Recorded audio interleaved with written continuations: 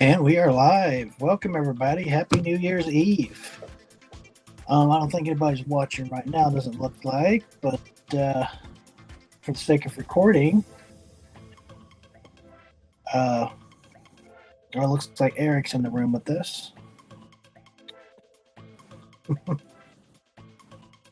Can you hear me okay, Eric?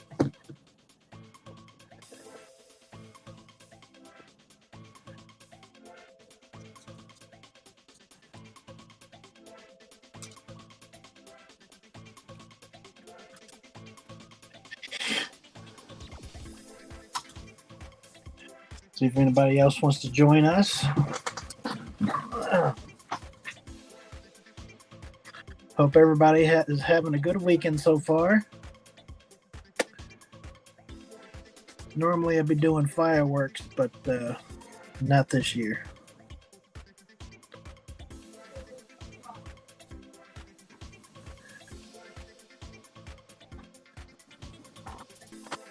I hope everyone can hear me okay.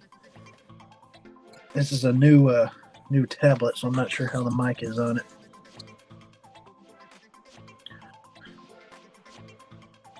Turn the volume up just a hair.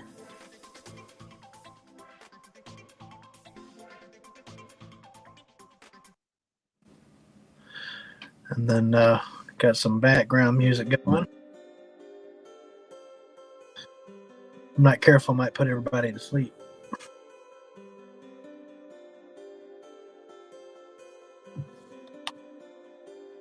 If anybody else wants to get on.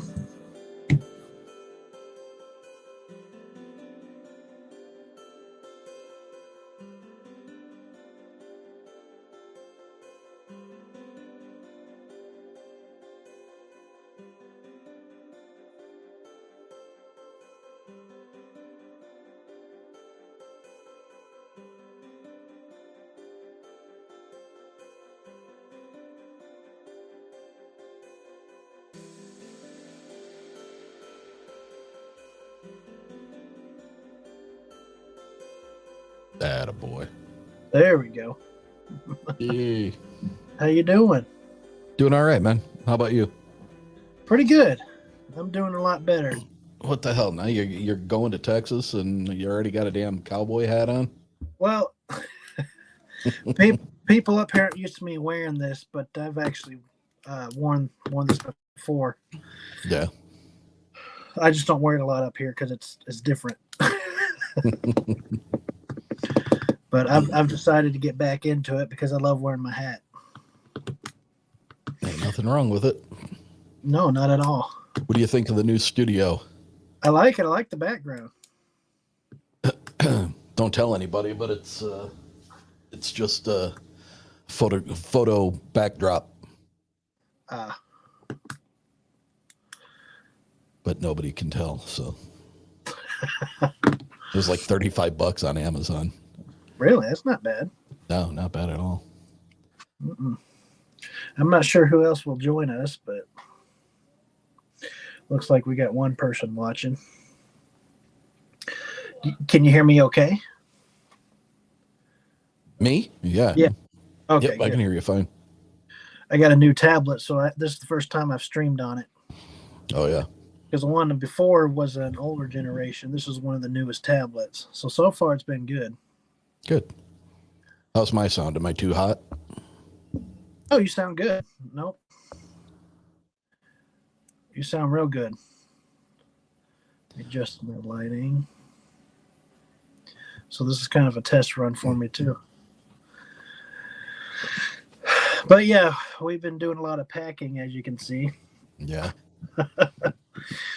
Gonna come up quick, huh? Oh yeah. What'd you say? A couple of months? 2 to 3 months, depending on how everything lines up. Yeah. But yeah, I'm excited about it. Ready to get out. You gonna be close to family down there? Oh yeah, yep.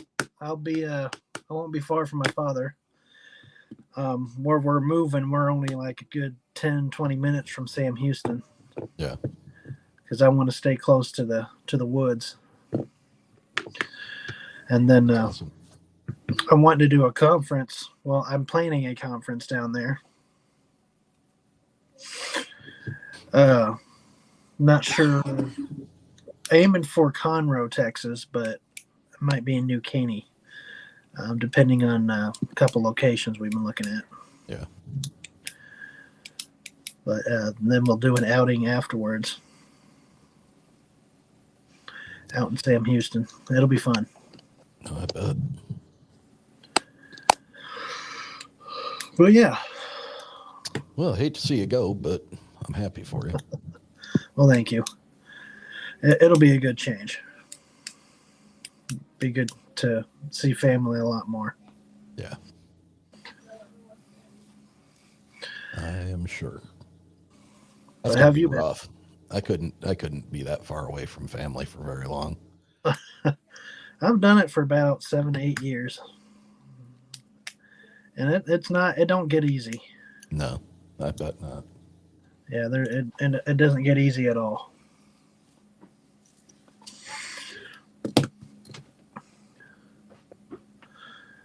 But let's see. Oh, I didn't post this on the. I thought I did. I did. Do you have anybody else jumping in? Well, I've had a couple people said they might. My father said he might.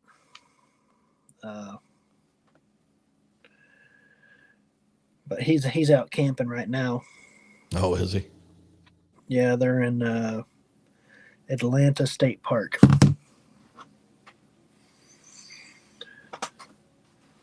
Well, I they guess got their it's warmer there, isn't it, than it is here? Yeah. Yeah, a lot warmer. Much warmer. But not sure how long they're going to be out there.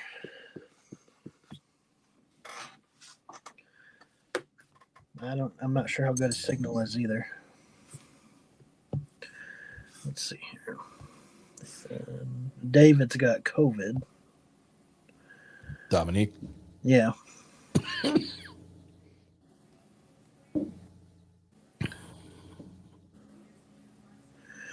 And he's been with it for a few weeks. Has he? Yeah. Says he's getting better though. I'm happy to hear. Yeah. But were you I shouldn't. I'm not going to say that on air. Maybe later. Yeah. Well, I forgot you were like, it's actually live. So Yeah. Live, pre-recorded, both. Well, live then recorded. Let's see. I was hoping Jimmy Barr would join us too. So what kind of tablet did you get? It's an Apple. It's the newest one they just released. Oh yeah. I forget what they call it. It's the sixth generation of the type of tablet it is. It's a much bigger tablet. The iPad Pro? Yep. Yep, it's an iPad Pro. Actually does really good. I've got it on data, so I can get it to work outside of Wi-Fi. Nice. So if I plan on trying to do a show each week, since I'm gonna have a little more time on my hands and have a scheduled show each week. Yeah. Hopefully I can get some people to talk and tell us some good encounters, some good stories. Yeah, definitely. Then I got the wife and kid in the living room watching shows. Comments. Oh, nobody's in the comments. I haven't been on in a while, so I don't know how many people are going to even watch. I've had a lot going on. Yeah. Oh, for sure. But how have you been? Good. A lot of work on getting the new studio going. Trying to I decided instead of using a webcam or a tablet or anything, I wanted to use my really good DSLR camera to be so getting the interface to work right with the computer. I ended up having a new computer built so that I can do video and audio editing, designed to do it, so it's fast and not a 6-year-old hand-me-down laptop like I had been working on. So, well, the video's really clear. It looks good. Good. Thank you. It's been a couple of pretty stressful days over the past 2 weeks trying to get all this together, but I'm happy with the way it turned out. And I think so my show will turn to February 14th. And I think I'm going to start launching a video companion to each episode, which excuse me, I'm going to call it Afterthoughts. And Okay. It'll be me either talking about the guest that was on, or some of the topics that we talked about. Sometimes it may be about some new video that's floating around, just whatever. It's going to be extra content for people. So Okay, that'll be exciting. Yep, starting tonight at midnight. The Discord server is going to go live for Uncomfortable. Okay. So we'll start pushing that. Yeah, I've heard a lot of good things about Discord. My son uses it a lot. He showed me, and man, it's a really powerful tool, and as long as you have a couple of people that are moderating for you, to make sure no,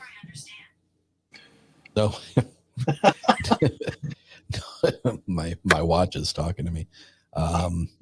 Making sure that, everybody's behaving and not, I'm fairly certain the large portion of my listening audience are mature adults. So I'm not too worried about, topics or memes or stuff like that might be mildly offensive. I just want to make sure that nobody's just coming in being an absolute ass.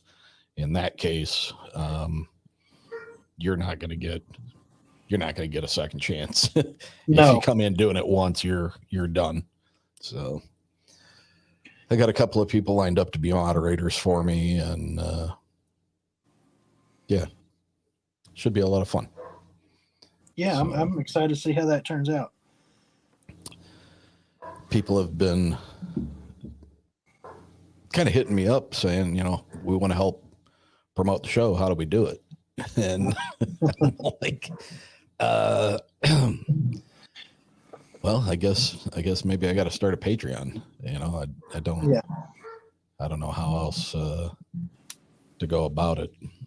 Well, there's so many different ways to do it now. You just can't figure out what to do. I know I've seen some that are doing a lot of Instagram stuff, and you can do a subscription on Instagram to access videos and whatnot. And then you've got YouTube that does it, and now Facebook is starting to do it. Yeah. Yeah. I'm good with tech in my hands.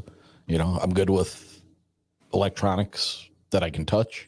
But the whole trying to decide which avenue to go, I just have no idea. Patreon seems to be the smartest and the safest so far. I wish there was a way to do it where, if somebody is earnestly interested in helping support the show, I hate to see a third party get a percentage of what they're paying. Yeah.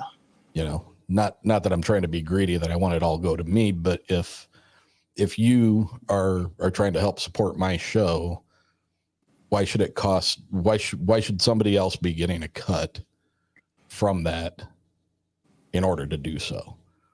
You know, your support ought to be going towards 100% of helping the show. So yeah, it should be.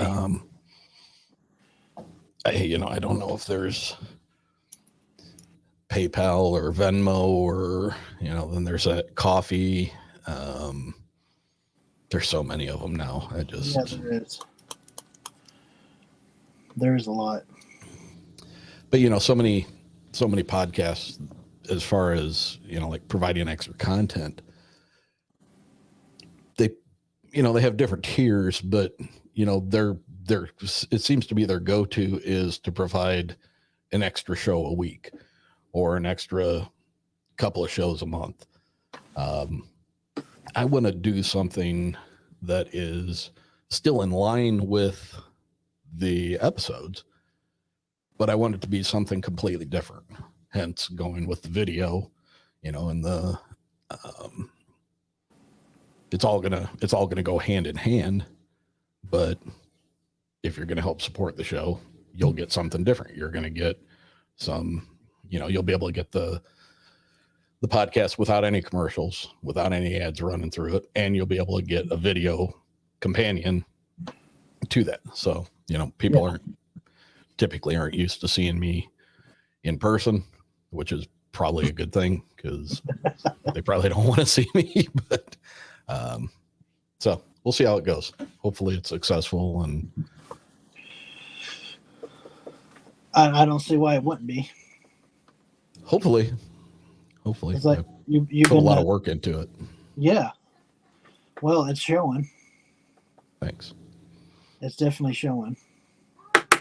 I probably already told you I went to Texas a few weeks ago to visit family, and I actually stopped and spent the night in Falk, Arkansas, out in the swamps out there. Yeah, you did tell me that. Yeah, that was fun. It was warm. Was it? Yeah, it was pretty warm. Going up there, I pulled my camper, and we were using my heater. Man, when we got into Arkansas and got to Falk that night, we had to open the windows, all the windows, because it was so hot, just to get a breeze. Because there was no power. I didn't plan on getting any power, but the heat difference just from like an 8-9 hour drive was crazy. Yeah. And then went out in the woods with my dad and my brother for a few hours. How long ago was that? About 3 weeks ago. Oh, so you weren't down there for you were back here in time for the winter storm? Yes, I was here right before. Oh, lucky you. Because, well, we would have been here sooner, but coming back, there was that winter storm. It was curving across the United States. That one storm, not the wind. Well, it was a winter storm, and it was directly in our path to go back. And there was just tornado after tornado after tornado. So we decided to hang back for a bit and kind of let it pass. Yeah. Good thing we did, because there was a lot of damage. Yeah, I was in a tornado. What would I have been? 18, 19. I worked at it was a warehouse for a really large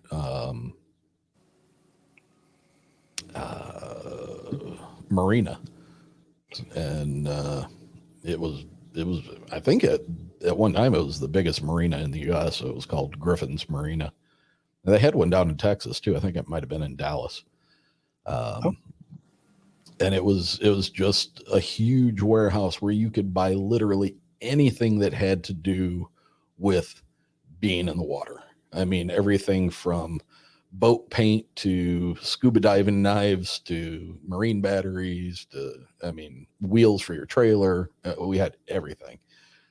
And I worked on the shipping dock, which faced due west, and we were right next to the South Bend Regional Airport.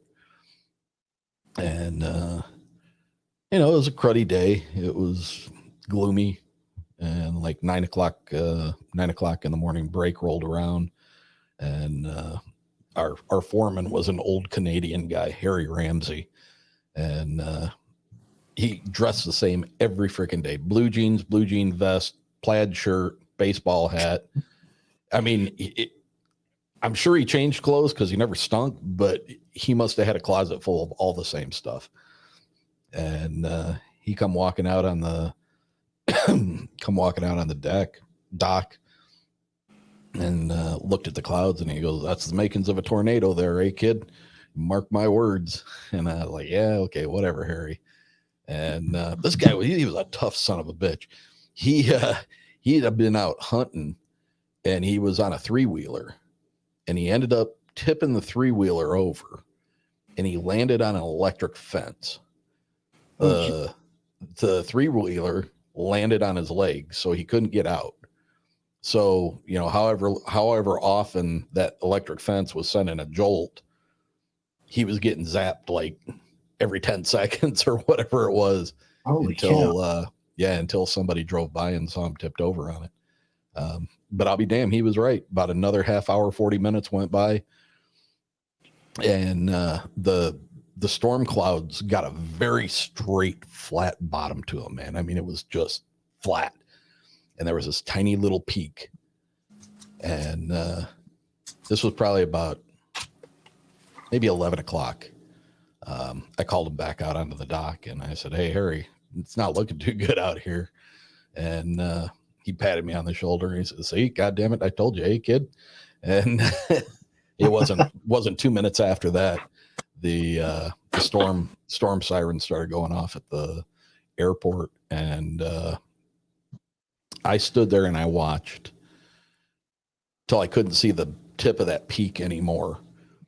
It was down below the roof lines of the buildings to the west of us, and I remember seeing a roof come up and just start twirling up into the air, and that building was 4 buildings west of us. And that was the roof of Hoosier Tire, you know, the racing tire manufacturer. Uh-huh. That was their roof that went up into the air. Wow.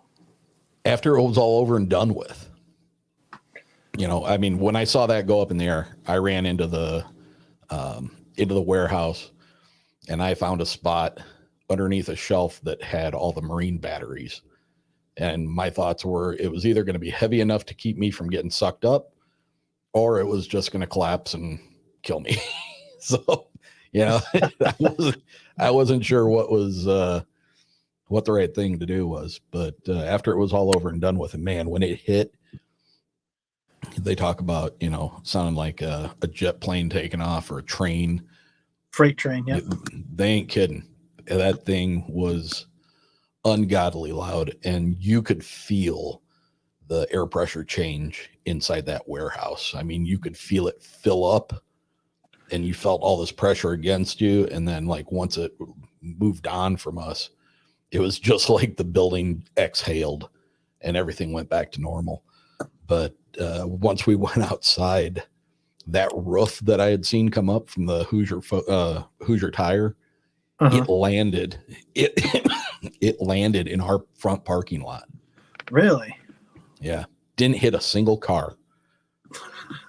Not a single car was damaged, but it dropped it right there in the middle of the parking lot. It was crazy. Wow. I bet you were pretty nervous. Yeah, it was, you know, it's one of those things that's like, there's nothing you can do. You have Mother Nature is beyond anything you can deal with. Oh yeah. There's nothing you can do. It's just going to ride its course out. And thankfully nobody at our place was hurt. I remember it was when they talked about it in the news, they said it did something that was really uncharacteristic. And that was that it was coming out of the west, heading east. Like when it by all rights, it should have hit our warehouse, but it picked up and it did a right turn. Huh. And it changed course like almost 90 degrees. So it ended up, there was a U-Haul rental place that got hit about a quarter of a mile from our building. And then just after that was a big fenced in parking lot where the local school system parked all their buses during the day. And a bunch of buses got, school buses got tore up, but I don't think anybody ever got hurt. Close enough for me. Don't need to go through it again. How powerful those storms can be. I have been quite a few growing up because we would travel a lot with my dad and my grandparents. Going from right down Tornado Alley. I've been through a few times. Yeah. We actually saw one coming back from Colorado, just me and my wife and kids. And it had come down. It wasn't a very big one. They were just setting the alarm off on the radio for the tornado warning. And it had came down, touched down, just barely touched the ground and went right back up. It wasn't very long. Yeah. Did scare us a little bit because we're out in the middle of nowhere to hide, and we're on the road. So we weren't too sure where to go, but we kept driving, and it eventually went away. I took pictures of it somewhere, but I don't know where I would have put that. I don't remember what state we were in either. That was a few years ago. I remember this is before I was born, but Palm Sunday down in southern Indiana. I guess they just got rocked with a series of tornadoes. There were a lot of people hurt and killed during that. I believe it. Weather seems to be getting a lot worse every year. Yeah, I agree. My son's a geologist for a company up in Grand Rapids with a emphasis on environmental. So he did a lot of environmental stuff while he was in college, and now that he's in the workforce.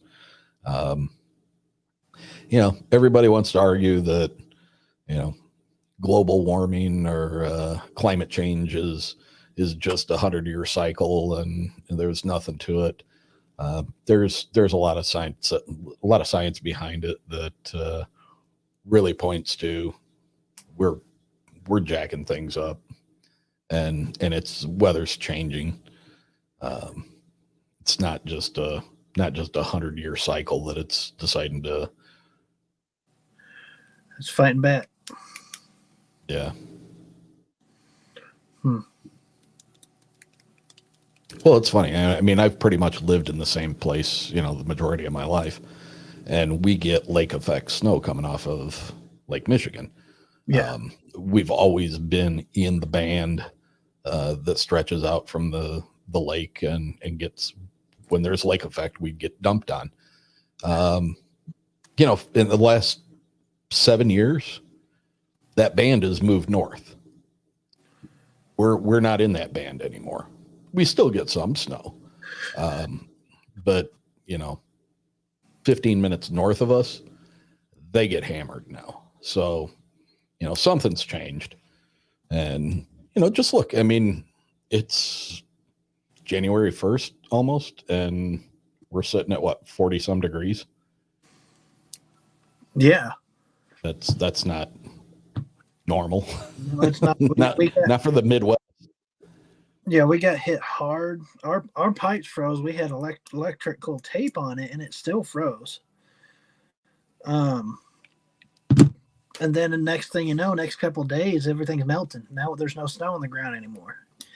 Right. Even though just a few days ago it was almost 3 feet. It was up to my waist in some spots. Was it really? Yeah. Yeah, we got nowhere near that. We had terrible road conditions were absolutely horrible. I mean, it was like a sheet of glass, and it was you should not have been out. No. But I think all in all, if we got more than 6 inches, it couldn't have been by much. But yet 2 hours north in Grand Rapids, my kids were, they were going through considerably more than a foot. And yeah, they ended up shutting down M40, which is a major freeway we have out here, because it was so bad nobody could drive it. Yeah. But they shut it completely down, and that's pretty rare up here, out this way. I say up here, you're up here too, but out my direction. No, I mean, you're up north a little bit more than I am. I'm right at the state line, so yeah. You're a little bit higher up, but but it's supposed to be warmer. It's supposed to be a little warmer next week's, or I haven't checked in the last couple of days. It could have changed, but it's supposed to be a little warmer. Yeah. And I think I might go out there and maybe do a live stream one out there, out in my hotspot area. Have you had talked to anybody who's seen or heard anything here recently? Not lately. I haven't really done much with this lately because of everything that's been going on. Mm-hmm. But now where they're making some changes, I've been reaching out to people and I've been talking a little bit. I talked to one girl from Montana, and she's told me some cool stuff about her property, which was really interesting. I actually did a show with them not too long ago, or I say not too long ago, but it was one of my last ones. Yeah, it was pretty interesting. You got a good thing going here. You need to start. I mean, this is just from one podcaster to another. And I know you had a lot of stuff going on here recently, but you need to start getting some consistency to start attracting people. So they're wanting and expecting something, every week out of you. Yeah. Whatever it is, that's how you're going to grow it. So. Yeah. I'm going to try and do something. I'm not sure what day and what time I'm going to stick to, but I'm trying to figure out my schedule and the wife's schedule before I make that commitment. But I am going to do something next week and kind of ease into it. And I think it's going to be a mixture. If I don't have anybody to interview or to talk to, I'll probably just go out into the woods and do a show out there. Yeah. And see how that goes. Even if it's by myself, which I've done a few times, not on a show, but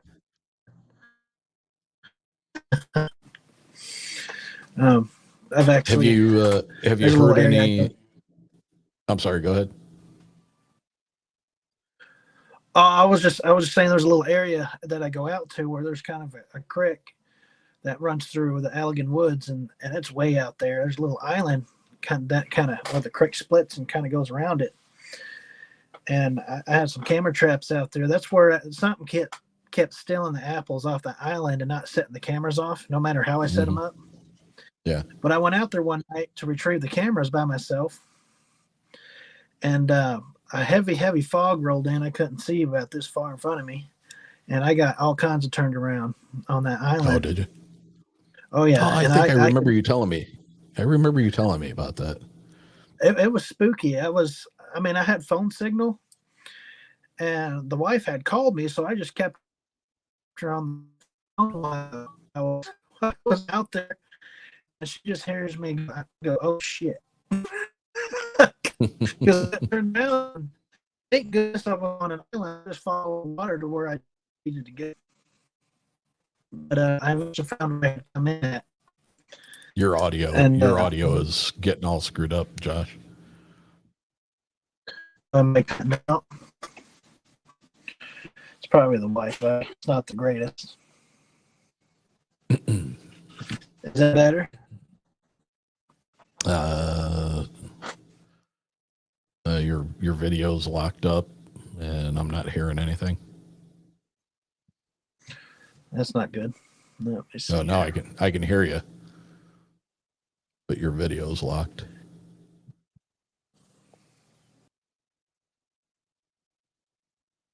And now it's just me.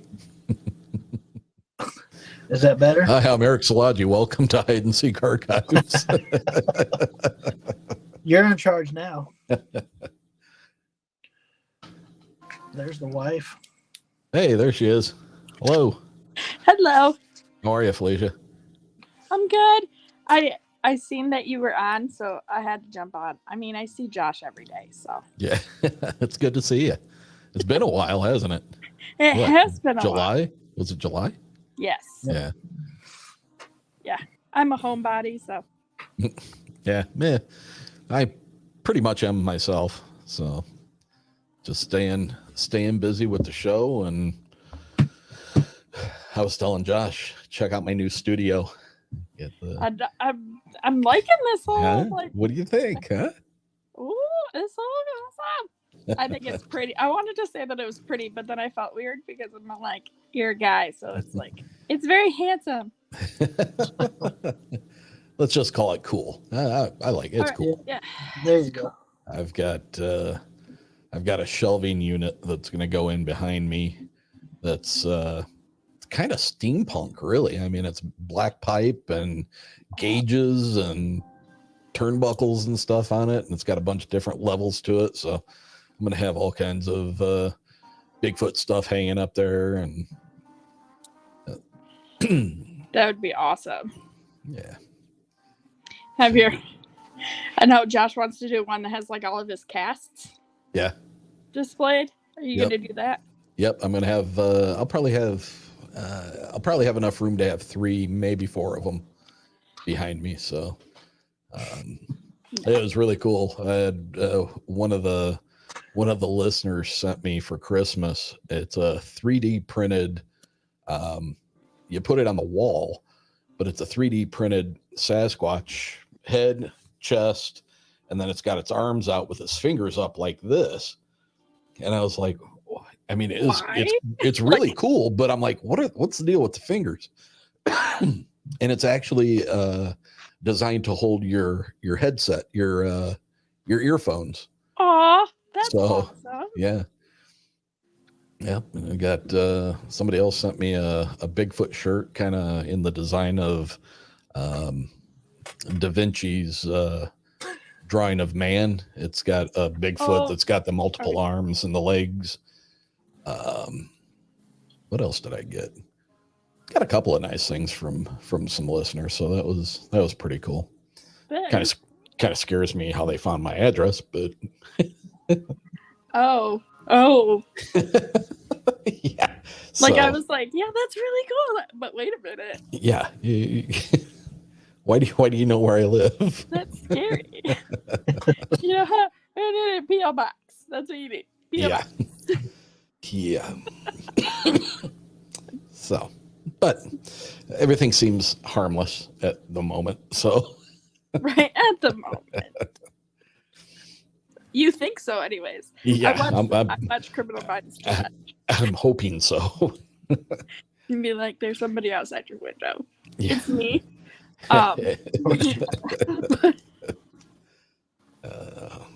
But that's awesome that you got gifts from listeners. Yeah. That's awesome. It's really, I mean, I laugh about it because it's Humbling. It's humbling. It's kind of embarrassing. You know, just it's like wow. Like you made Yeah. that much of an impact. Yeah, it's very strange. I mean, you know, I don't know when I think about, you know, why I started doing this. I mean, it was just to talk to people who are having experiences and give them a place to talk about it, you know. But then when you start getting reactions from people that are like, I mean, it's like, it's almost 50-50. It's like I get really nice reactions from the guests, with how comfortable I made them, even though the show's called Uncomfortable. Which is kind of an oxymoron, I guess. But then, like hearing from the listeners that like the people that I've had on have like made such an impact on them. And then they want to reach out to the people that I had on the show. And, then they send me back messages that is like, oh my God, so-and-so helped me so much. And, if it wasn't for your show, Never would have met. Yeah. Humbling is a good word for it. Never really expected that. And quite honestly, I didn't, when I started doing it, I didn't think that it was ever going to amount to anything, It just was like, will I even get 10 episodes, Yeah. And now I'm coming up on 100, and it'll be 2 years old in February. So, Ooh, that's awesome. I was telling Josh we're launching a Discord server tomorrow, for people to jump in on that. And technology goes too fast for me. Thankfully, I got the help of my son with that. So that and a couple of listeners that I've maintained a pretty good relationship since they were on the show have agreed to be moderators, and they know me well enough to know how I want people to present themselves. If something seems to be kind of sketchy. Yeah. And I was telling Josh earlier, it's going to be like, nope, one and done. If you mess up, you're done. See ya. Yeah. I don't want to tolerate that kind of stuff. I want it to be a cool place, and that's the other thing. I guess I decided to do the Discord because I've kind of like lately I've been feeling that it's almost selfish that I get to interact with these people and they don't get to interact with each other, Oh, okay. I understand what you're saying. Because everybody's so nice. I figured I never would have gotten into the Bigfoot community if it wasn't for Josh, but everybody is. Yeah. They're just accepting, and you don't have to second guess being yourself with anybody or anything like that. And I love it. Yep. So I just figured let's start something that the whole community can use, and that way they can talk to each other, and hopefully they'll get, get the same out of it that I get out of talking to them. So I think it'll be a good thing. I have a huge outing. Maybe. Yeah. Maybe. Yeah. That would be fun. Do like the Discord and then have like 6 months in, be like, we're going to do a huge outing. And then you guys like take over half of a forest. Ooh, even better. I'll call a bunch of people and tell them to go to one campsite, and then I'll call a bunch of other people and tell them to go someplace miles and miles away so they wouldn't even know. Kind of like our friend, what's his name did back this summer. Yes. So he who will remain unnamed. He who shall not be named. I'm gonna have to do a little get together before we head out from Michigan and do an outing. I think I took over the internet. I think you did too, because you're coming just great. Josh is in there struggling. Well, I'm like 2 feet away from the router. Oh, are you? He's like 3 rooms away. Yeah. But yes, we do need to do an outing before we leave. Yeah, it'd be good to see you guys before you take off. Mm-hmm. Yeah, I'll probably do an event where people can just come and go as they please, bring your own food kind of thing. Bring your own. You're not going to cook for 300 people? Oh, hell no. What? I'm not. Man. I do not volunteer for that. I barely want to cook for the 4 people in our household, so. Peanut butter and jellies for everybody. Yeah. It's cheap and easy. Hot dogs. But you have to eat them out of the package. I don't warm them up. Oh, cold hot dogs? Yep. Ew. What? It depends. How long are they going to sit out? That's true. Room temperature dogs. Yeah, and then it's like, all right, you get to choose if you want salmonella or not. The risk you got to be willing to take. With as much as that, with as much as all those byproducts are boiled down, there can't be any kind of bacteria growing in them things. True. I don't think the bacteria wants them.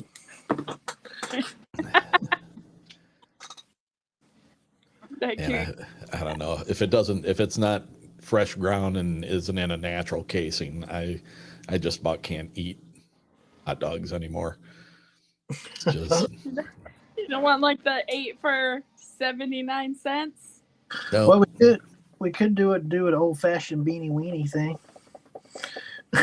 Just a bunch of cans of baked beans. And I don't know what that is. I don't think I want to know what that is. Oh, you don't know what that is? That must I'm be a not- Southern thing. I'm not beating and weaning with nobody. No.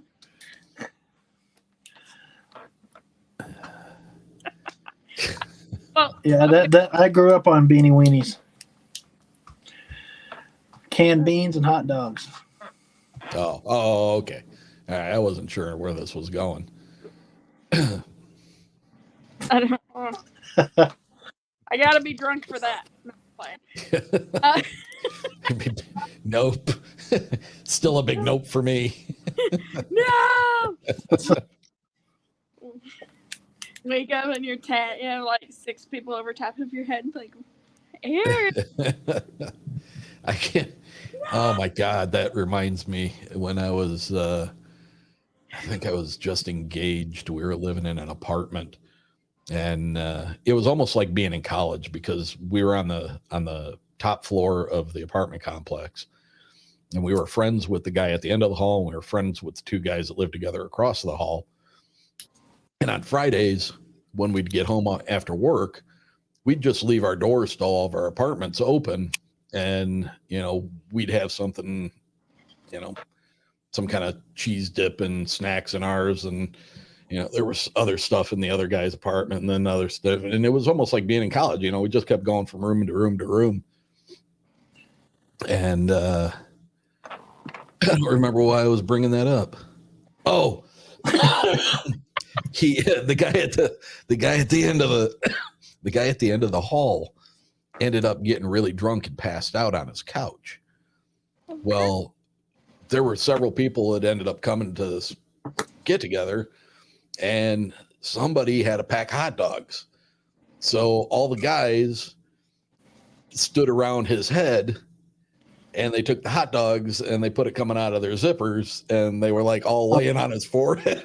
And then somebody took a picture of it, and his parents lived down in Indianapolis, and they owned a photo hut.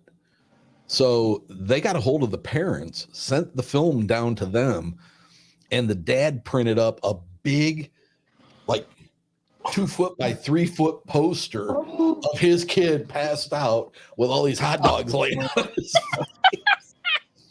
Yeah. That's Wow. awesome. That's awesome. Yeah. What that has to do with cryptids, I have no idea. But Yeah, you never know what's in this world. yeah. I don't know why this wound up on Hide and Seek Archives, but it did. It did. Hey, good thing it's a free for all episode. So Yeah. free for all episode. Even though I don't think we've really talked about anything cryptid wise. Not really. No. Tornadoes, beans and weenies. Yeah, the weenies. I'm not ready for tornadoes. I did listen to that part. Let's see. We're gonna be close to the Sam Houston National Forest. That's what he was saying. Real close. Yeah, What, we like 20 are. minutes away? I know I'm gonna be out there a lot. I'm gonna be doing a lot of my research focusing on Sam Houston and the Big Thicket. Now, the big thicket area makes me slightly nervous because it's not Bigfoot. That's not the only thing that's seen out there. There's a lot of weird stuff that goes on in the big thicket. Like what else? What are you talking about? Man, you name it, it's probably been reported out there. Ghost, dogman, swamp creatures, all kinds of weird stuff. Black panthers, wampus kitties. I thought we were done with that kind of the show. Hey, wampus kitties are an actual mythological creature if you look it up. Yeah, I would have to look it up. But no, all the old folk down there will tell you to watch out for the wampus kitty. What's your take on Dogman? Mine? Yeah. I feel like I think it's something demonic, something evil. So something more spiritual than flesh and blood, like a Bigfoot. Yes, I think it's a little more. I almost think it has to be too. I've heard some. Who's the guy is he in Louisiana? Dark Waters. He's got a great show. Oh, Jeremy Wade.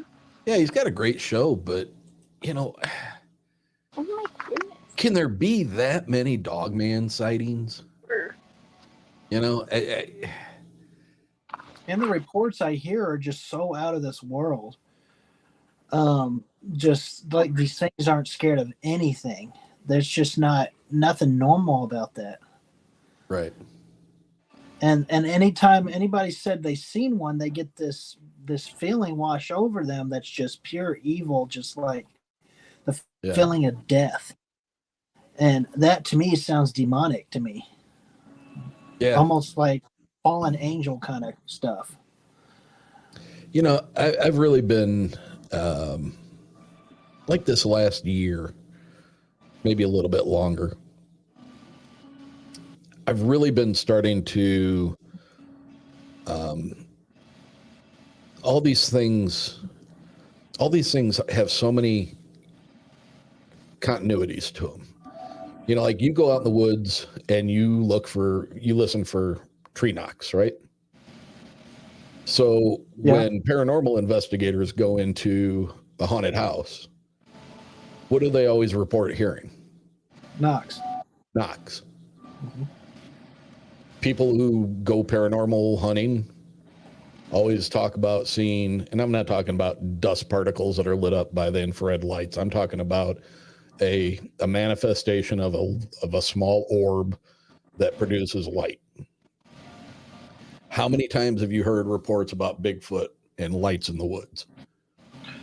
See, I actually did a report on that at a conference. Not a report, a presentation of the similarities of some certain Sasquatch sightings and ghost sightings. That there's a lot of similarities, and then there's some sightings that are very physical for Bigfoot, and there's also sightings with ghosts that seem very physical.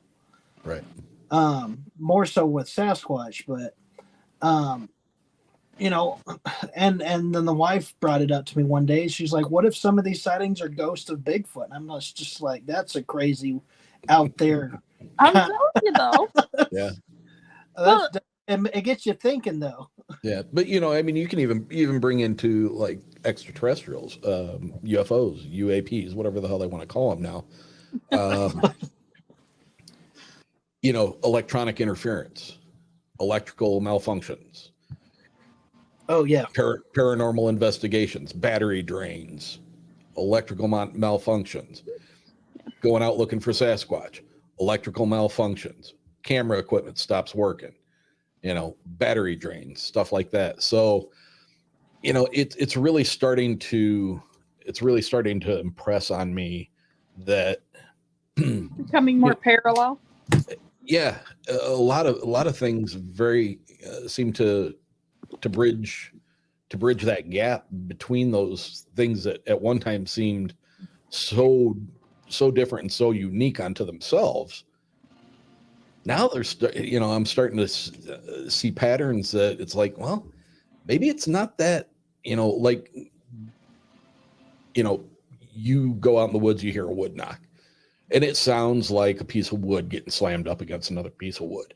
Yet, if you don't have a hardwood bat and hit it against another hardwood bat, you never seem to be able to mimic the sound that you hear in the woods. Right? It's always disappointing. Excuse me. It's always disappointing when you grab a tree limb and smack it up against a tree, because it's like, it doesn't sound like what you're hearing. You know, so I'm starting to wonder if these things are actually noises that are supporting the presence of these things and how they interact with our reality. You know, are these things that you're hearing, are they a result of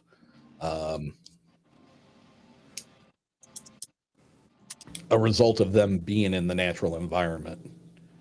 You know, just like in a paranormal investigation in a haunted house, are the knocks not really a ghost knocking on a door? Great, it was me, dingus. It was me. I wasn't thinking. Surprised ours didn't freak out. You know, is that not the sound of a ghost knocking on the wall to make communication with you? Is that knocking noise part of them entering into the reality of being into that house? You know, same with, shut up. Same with, you know, the orbs. Is the orb, because I literally had one manifest in front of me. I'm the only person in this house. You know, I had one, my daughter was, I think, 13 or 14 with me. It happened right in front of our faces, and I got it on video. This thing was a little bit smaller than a golf ball, and it came out of nowhere, and it had a white light, had a little bit of a blue hue to it, and it kind of did this little zigzag, and boom, it was gone. Couldn't have lasted. I had to slow it down to 50% speed, and the clip still was only 2.5 seconds long. So it was very, very quick. But, you know, some people say, oh, the orbs are the spirit. I don't think they are. I think it's a side effect of spirit being in that area. It's something, I think it's gathering the energy up. Yeah, I think it has something to do with them making themselves present in our, I hate to say the word reality, you know, because reality sounds, yeah, I mean, it sounds nuts when you say it out loud, and I probably shouldn't say it anymore, but I'm really starting to lean towards that being, it's just too coincidental that those same types of things repeat themselves in so many different paranormal type experiences, whether it be UFOs or Sasquatch or ghost hunting or so. I know out in Florida, I saw a lot of those weird lights, a lot. We would be way out in the Everglades, out deep in the woods, and I would see a lot of lights like that, and they almost, to me, the first thing that went through my head was lightning bugs, but lightning bugs kind of do but these things were moving really fast through the trees. And my second thought was, oh, it's a plane, but no, it was going through the trees, moving real fast. And we tried to get it on video a couple of times. And now you said moving through the trees. Are you saying they're like going into and out of the trees, or going in between the trees? In between, like weaving around. Okay. Yeah. It was the weirdest thing I ever saw. And then another weird thing was, we were driving down because there's some trails back there that are way back there that you can drive down. And these were following some power lines, and all this activity was going around these power lines. It was insane. and which I hear is pretty common. I see these eyes cross the road in front of us as we're driving down, so I end up stopping. And the eyes were almost lit up, not reflecting, but lit up. And the area where I saw them cross, it was about 8-10 feet off the ground, and there's no trees or anything. And when we stopped the vehicle, we immediately got out of the vehicle and went into the brush to see if we could find it. And we heard something walking away. And now, I've heard theories that sometimes what if some of these lights are actually eyes, watching, looking. Yeah. That actually, I think I heard that from my dad. He was kind of thinking it might be something like that because he went to Oklahoma and goes to this property up there where he can actually see their eyes sparkle like starlight and blink. Oh, wow. Huh. So I think there is a connection there. Yeah, I think there is too. And, it really annoys me. And I understand fully why they don't and won't talk about it, like Meldrum and Brackman and, all these. I understand why they won't talk about it. Because there's no science to prop them up with. No, they focus on the foot because there's science behind that. There's anatomy behind the footprints, the casts, and I get that. But I think there's so much more to it, and I'm not saying Sasquatch or alien watchdogs or any of that shit. That's not what I'm getting at. But, I think they have something more than we do in their bag of tricks as far as what they're capable of doing. And, a lot of it seems to be the same as what ghosts are able to do. And it seems like a lot of it are the same things that people report having been in the presence of extraterrestrials can do. Now extraterrestrials, for all I know, I'm not sold on the fact that those things are coming here from some star way the hell out. And, I think they're probably,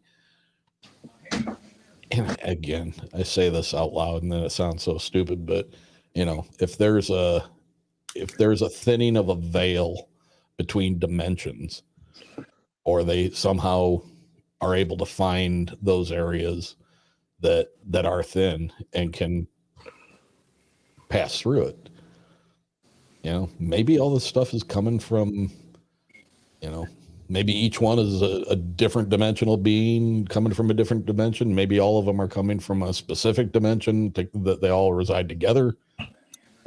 I don't know, man. But the more and more I get into this, the weirder and weirder the shit is. It doesn't get any more, people talk about, Occam's razor, and the easiest explanation is the most obvious explanation is a simple one. Well, when you start experiencing some things, the most simple way of explaining it is that it's something different, that it's something weird, not assigning it to, Occam's razor says that could be this. No, Occam's razor says that's a fucking ghost. And it just touched my arm because there's nobody standing in front of me and I felt it. So I don't know. I think people use Occam's razor in the wrong way. I think if you're using the truest sense of it, it is what it is. Well, from what I've been able to gather is, scientists say we're only able to use a very small part of our brain. Yeah, less than 10%, isn't it? Yeah, something like that. It's a very small part. And there are certain people who supposedly use a little more, who claim to have these abilities. Mm-hmm. Now, imagine if you're able to use a huge chunk of your brain. I can only imagine what we could do and the things we would notice and see. Now, if you know, a Sasquatch has an ability to use certain parts of its brain that we can't. Maybe that would give them this ability to move through certain dimensions or make themselves disappear, or who knows. Well, it's like what I think you and I were talking about this earlier today when we were talking on the phone. You know, if they have the ability with their voices to create infrasound and stuff like that, which I personally experienced. So I'm like 100% on board that getting zapped by one of these things, I know what it feels like. And it was kind of a holy shit moment when I was like, oh my God, this is what people talk about when they say they got zapped. So if they're able to do that with infrasound generated by their vocal cords, what else can they do with their vocal cords? And I guess the point I'm getting at is, if they can do something that alters our frequency that we're able to see in, maybe they're not cloaking themselves. Maybe they're just changing their appearance by how we view them. You know, if they're able to produce a frequency, because sound frequencies can jumble up your vision. And what's the where they were using infrasound over in Cuba against our embassy several years ago. A lot of people got sick, and one of the things that they said was a side effect of what was happening was they were having blurred vision, and they weren't seeing things right. So what if their vocal abilities can alter how we see, and instead of them becoming predator like, you know, in their cloaking, maybe they're just doing something that alters the vibration that our eyes are receiving our images, and just jumbling it up so we're not seeing something clearly. We'll go in with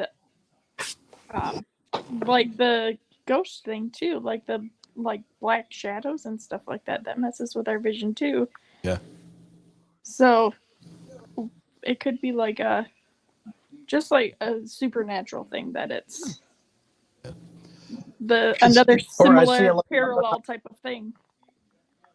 That makes me think about, you see a lot of these ghost shows where people feel like something passed through them and then they get really sick. Mm-hmm. Now, is that something actually passing through them, or are they hearing a frequency we're not able to hear? Right. That goes back to that ghost thing again. All those parallels.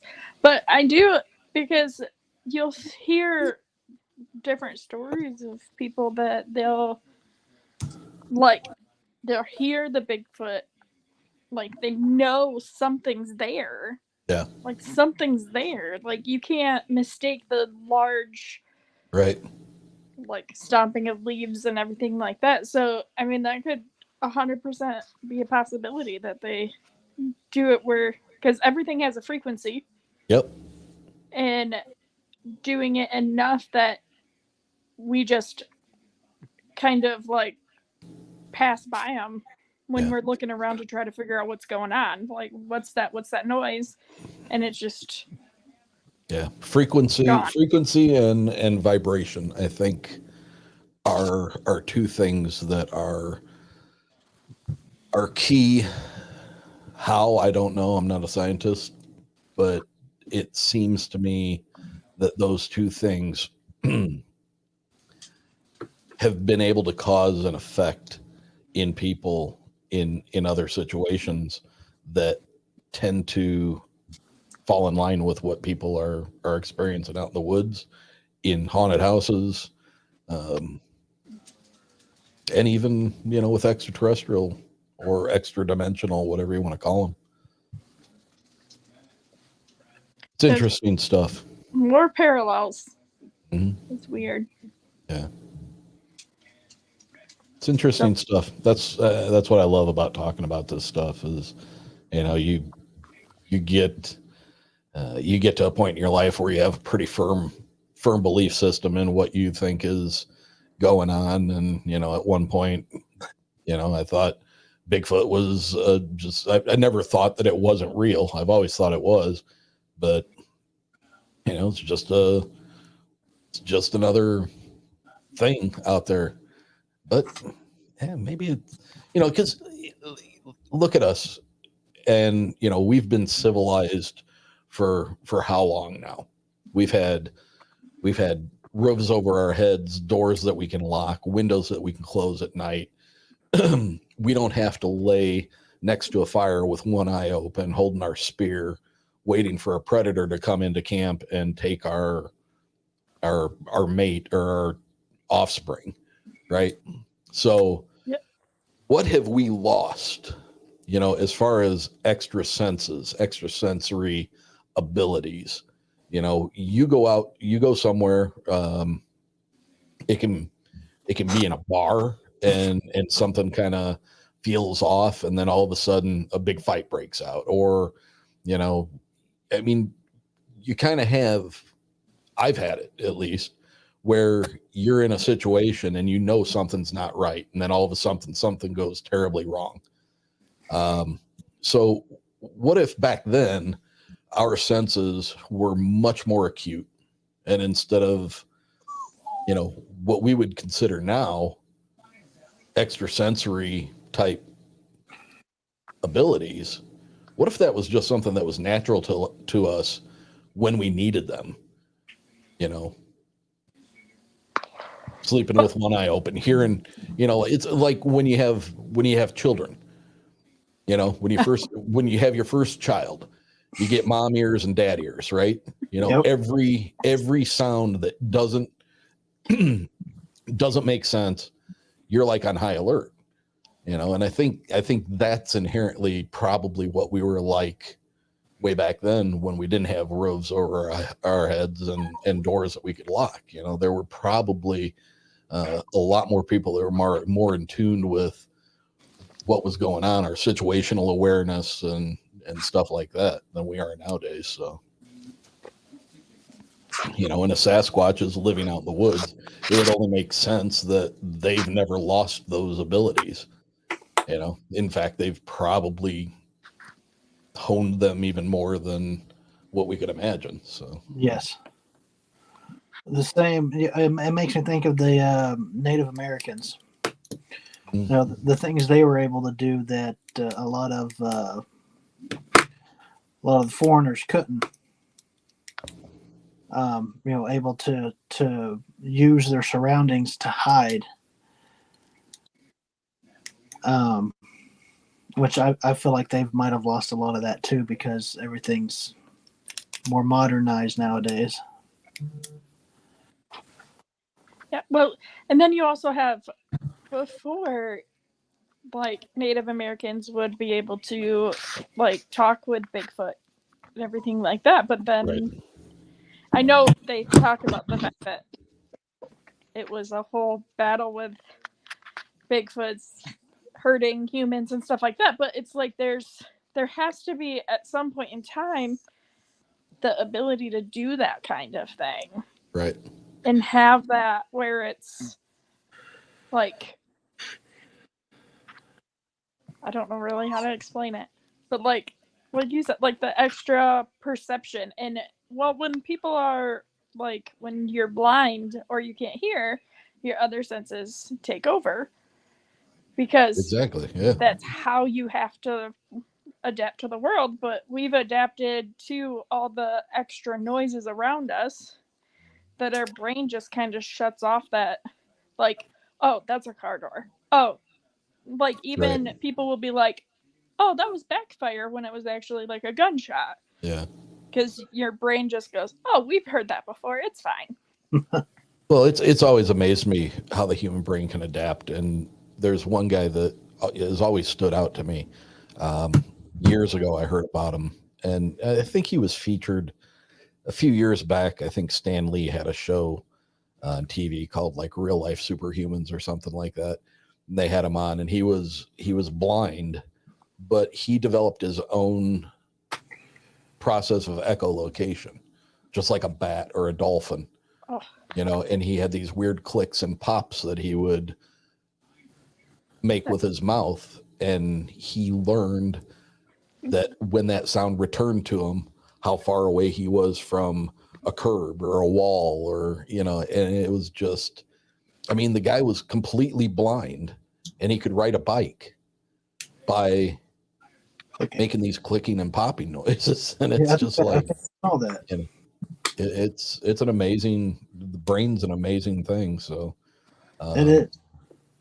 you know, sometimes I think, you know, like when you start looking back at like these ancient megalithic structures, and, you know, the pyramids are still under question as far as how they were built, and, you know, like Göbekli Tepe and all these other different places that have these massive stones that are put together, and they almost look like they were melted, you know, because you can't even hardly fit a human hair between, or a piece of paper between these blocks. And, you know, they talk about these ancient forms of architecture and technology that must have been used back then. And even though when we think about technology, you know, we think about, you know, how clear is our video that we're producing on a podcast, or Can you hear us? yeah, can you hear us? Or, you know, is my cell phone getting signal, you know, and how strong is my Wi-Fi? That's the kind of stuff that we associate with technology. You know, how fast is my computer, and, you know, what the CPU and what kind of RAMs it got in it and stuff like that. I think ancient technology, I don't think you can compare the two. I don't think ancient technology was anything like what we think technology is today. And I think that's a hard pass for a lot of people when they try to reason that out. I don't think we have any idea what ancient technology looked like. You know, I don't think there's no wrapping your head around it. But I think, you know, for as long as I've been doing this, and not even just doing the show, but like being involved with having an interest in all these things, I'm starting to come to the conclusion that we're continually downgrading from what we were. We're not evolving. I don't think we're evolving. I think we're devolving from what we were at one point in time. And I think it's been a steady decline. Jason. Hey. Good to Hi, see Jason. you. How are you? Yeah, it's good to see you guys. Happy New Year. Yeah, I got a happy New Year. I got a few minutes before my friends are picking me up we're gonna go downtown Vancouver and just enjoy the fireworks and whatnot. Oh, that'll be fun. You guys got big balls dropping up there too? Yeah, exactly. I mean, the weather's nice now. It was pouring rain earlier, so I was like, oh, crappy. So how you guys doing? We're doing good. We're doing real good. Doing well. I'm choking on my spit here. Oh, nice. Jesus. Hopefully this isn't my last broadcast. Exactly. I can watch you choke. Don't worry. If you start choking, I will try and walk you through it. Okay, breathe. Okay. Don't forget to breathe. Just Get my dog to start jumping on my chest. it's like quick, sign this. Sign this. Don't worry about reading it. Just sign it. Yeah. So what's happening for the new year? Anything exciting? Well, you probably already know about us moving to Texas. Yes, I'm excited. I see you got the cowboy hat already. Oh yeah. Yep. When do you go? 2 to 3 months is our goal. In 2 3 months, I'm hoping, but it depends on how everything lines up. Yeah. Yeah. But, And I talked to the distributor, and they're going to be submitting chapter 7 to Tubi TV and to some of the other streaming platforms. So that's exciting. Oh, that's awesome. Add some more awards to your wall. Well, they're not actually for awards. They're just for the streaming platforms. But yeah, I'll just make up my own awards. Why not? Get to, write it down. Just Yeah, I'm looking forward to the Colorado one. yeah, the Colorado. Was that the one? Was that the one with Robert? Craig? Yes, with Robert.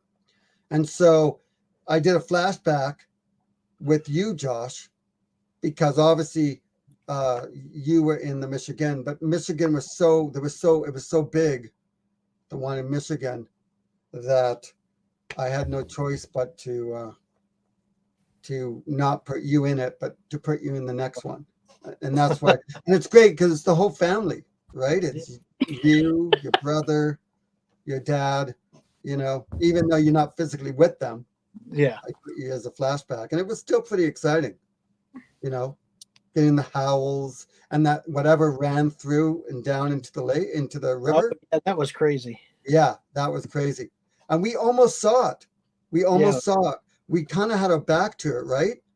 Yep. And then as we came, you could see the bushes still shake as it went through and crash. And it scared me. It actually maybe jump. Yeah. It made us both back up. And I caught that on video. Like I actually caught the noise of You it did? Oh. going down and crashing through the forest and then into the water. And I caught that walking in the water. I'm not saying it was Bigfoot, but we caught whatever it was. I know. I was like, Not saying it's Bigfoot, but it's Bigfoot. It wasn't a raccoon. I can tell you that much. No, whatever it was heavy because you could hear it cracking the forest. But Colorado was crazy. Did you ever talk to your dad about it? And yeah, he told me a lot about it, and he told my. I talked to Robert about you guys seeing that weird creature flying through the air. Yeah, that was, I was still second guessing myself, even to this day. Of course, even though I kind of, like it looks so different than, like I know all the birds. And it's weird because in that that? area, there's a lot of sightings of dragon, pterodactyl type creatures up around that area. It looked like a tiny pterodactyl. That's what it looked like. It looked like, like think one of those giant pterodactyls, but shrink it down to maybe 3.5, 4 feet. And that's what it kind of looked like. Did you get any footage of it? No, I didn't. I was literally holding my video camera. I was hold up a second. I was holding my video camera in my lap, and then we watched it as it flew over the car. Like it flew as we're driving, we could see it fly. How close of a? Oh, we were maybe by the time we're driving, so we're moving, and it flew, and by the time it got over here, we were already kind of passing it, so we kind of watched it as we were going through. And it was interesting. It really was. It was, I stood there stunned. Sorry, I'm just texting my friend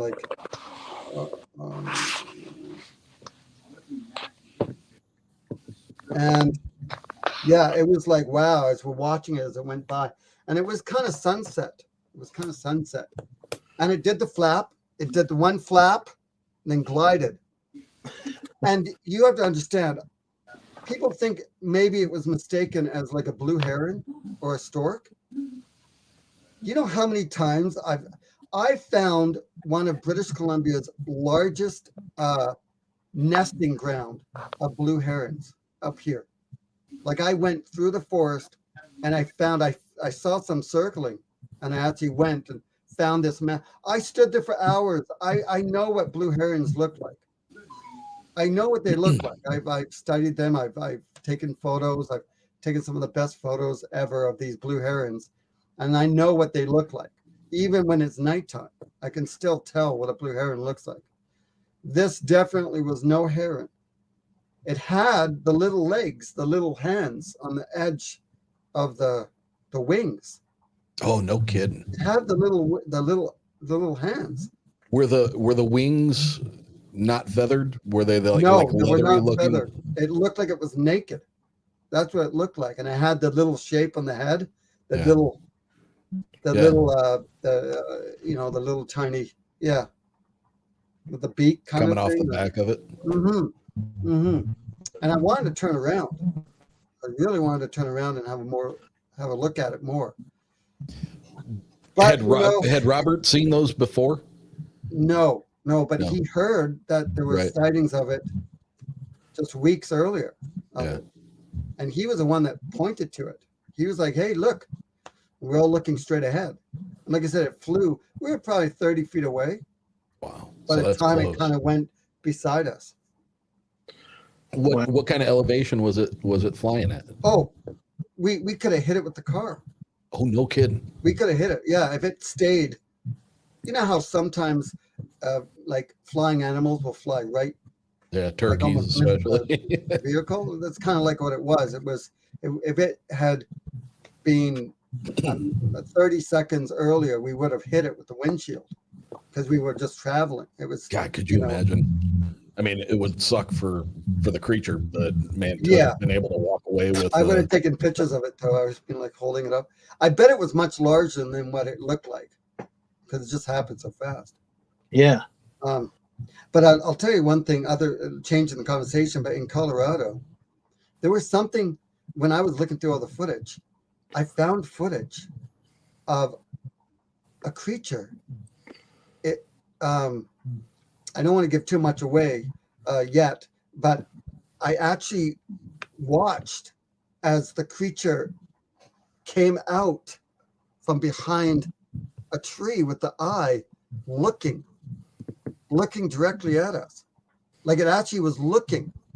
Like you could see it come right out. And no one saw it on video. Not Robert, nobody. It wasn't until I was doing the editing and I'm looking through all the...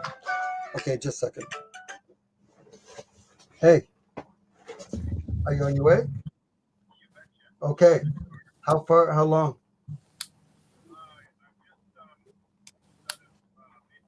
Okay, perfect. Perfect. Okay, I'll see you when you get here. Okay, bye.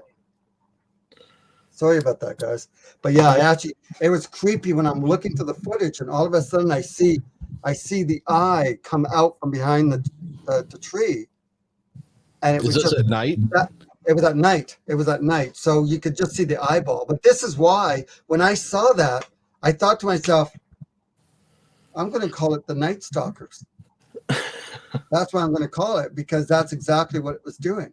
It was stalking us, whatever it was, but it was just like, of course, if it wanted to kill us, it could, but it was very curious. And then all of a sudden, 20 feet. So basically this thing was watching us and then 30 feet up the lane or the road that we're hiking on, this thing ran through the forest. It's like kind of watching us it was trailing us on the side because 30 feet is when we actually, when Robert caught it looking at us. That's where all the footage that you could see where it's looking at us, the footage. You could see it bouncing back and forth. How big was this thing? Well, the thing is, we're kind of up on a hill, and I regret because Robert and they didn't want me to go up there because they're like, "Oh, you're going to scare it off." I'm like, "Well, there's no way it's going to come to us." Next time, we stop what we do. We stop what we are doing, even if the creature is looking at us. The creature is going to walk away. It isn't like you're going to run up and tackle it. I don't know how many times I've ran through the forest and the creatures are running away. You could hear it crashing. So it's better just to stop, watch it. When it finally does kind of leave, to just walk up to that spot and measure. Look around that area, measure because we don't know exactly how big it was. Robert and them thinks that maybe about 6 to 7 feet tall, not a giant one because we found the footprint. Right, the next day we found the footprint. Mm-hmm. We actually found it and we cast it, and so I have it right here. Here it is. Oh, no kidding. I don't know if you Oh, can see wow. Yeah, What is you that can about? see- so you can About see 14 that inches to 15? you got the big toe, then you got the little toes here, and then it comes down. And, oh, sorry. I'm gonna have to get a copy of There you that go. one. Goes around, and then right here, you can't really see it, but there's the break right in Mid-tar- here. Yeah. Right. Not saying this is made by a giant hairy creature, but this was found the next day, and we almost your dad almost rode over it with the. Actually, I think he rolled backwards. He was on the ATV, and he rolled back onto. He rolled back, and it was like right there in front of us. Like he almost rode over. We almost destroyed it because we didn't see it right away. Wow. Directly in front of the quad. So this thing kind of walked right through. And then Robert had that sighting when we were gone. But guess what? Your dad actually caught on video 2 eyes staring at us right behind, like only 25 feet away, just staring. And you could see it's like da da da da da da, boom, 2 eyeballs right there. And when I'm looking through the footage, I'm like, oh my God. You can't even say it was something else. No. And then your dad moved the camera because he was on it for about 5 minutes and it did not blink or nothing. And then he moved it, then he came back and it was gone. Just like that. And the eyeballs are like 2 sets. No, not 2 sets, just 2 eyeballs, and it's just staring. And it just sticks out like a sore thumb. And it was directly behind Shane. Shane was sitting there, and it was about 20 feet behind, and it was just, and we heard crunching and walking. And we didn't hear any screams, though. No screams, no howls. You know, we think we may have heard some howls, but I don't know. But it was exciting. It was very exciting. That was a fun expedition. I can't wait to do it again. I can't wait to do it when I come and see you in Texas. Yeah, it's going to be fun. It'll be after the conference, so we'll time it together. Yes, that'll be perfect. And hopefully we can get. I'm having a brain fart. I got so many names running through my head. Russell Accord to go with us. Oh, that'd be cool. Is he going to be at the conference too? Yeah, I think he's going to try and make it. I've still got to tell him the location once we get that figured out. But once I tell him that, we'll know for sure. But well, I have to go, guys. I'm sorry this is really short. No, you're fine. But you guys have a great Happy New Year's. And Eric, it was so nice seeing you, and I can't wait to. Are you going to be at the conference too? If he'll have me, I'd just love to come down there. And I've never been to Texas, so that'd be killing 2 birds with 1 stone for me. Oh yeah. Yes. Yeah, absolutely. Yeah. Okay. Well, you guys have a great rest of the evening, and I will say my goodbyes. And Okay. Enjoy yourself, guys. Happy Thank New Year, you. Jason. You Good too. seeing you. Bye. Well, that was a surprise. Yeah. He's a good guy. Yeah, he's a funny guy. I had all the dogs on top of me, children coming out. I'm like, Yeah, it sounds about right. Children should be in bed. I got to listen to some of his stories. He was talking about Colorado, but it's all going to be on the video on the show. The one he put of me in Michigan. Number 7. Yeah, So, I think it's number 7. I lose track sometimes. we need to do like a binge watch. We have Tubi on the Roku TV. Mhm. Do binge watch a Sasquatch or Sasquatch. Searching for Sasquatch. I wish Sasquatch Chronicles did shows. I know. That's my. I mean, Hassa is my favorite. That one. Yeah, well, Hass has got to get.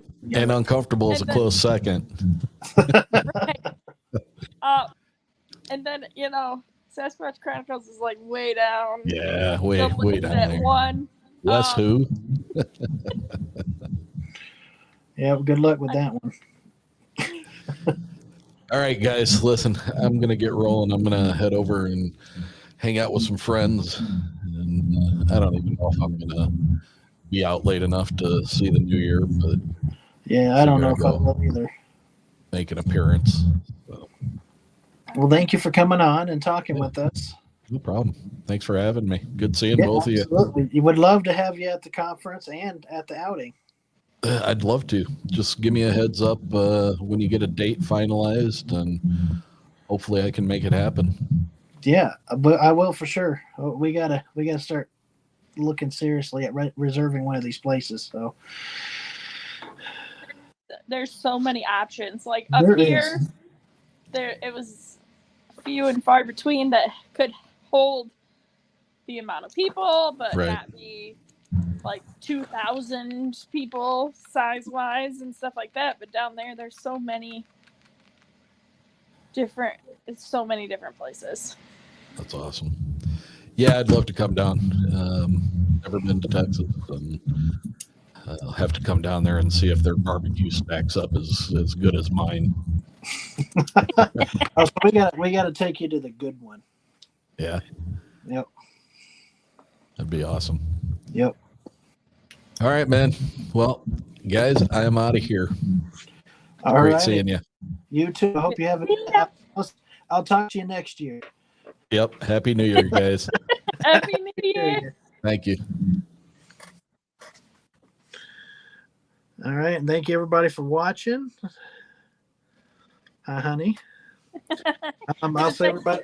I'll see everybody next week. I'm gonna start doing a show every week. I got to figure out a day and time I'm gonna stick at, but once I do that, I'll post it on the group and the hide and seek page. Everybody have a happy new year.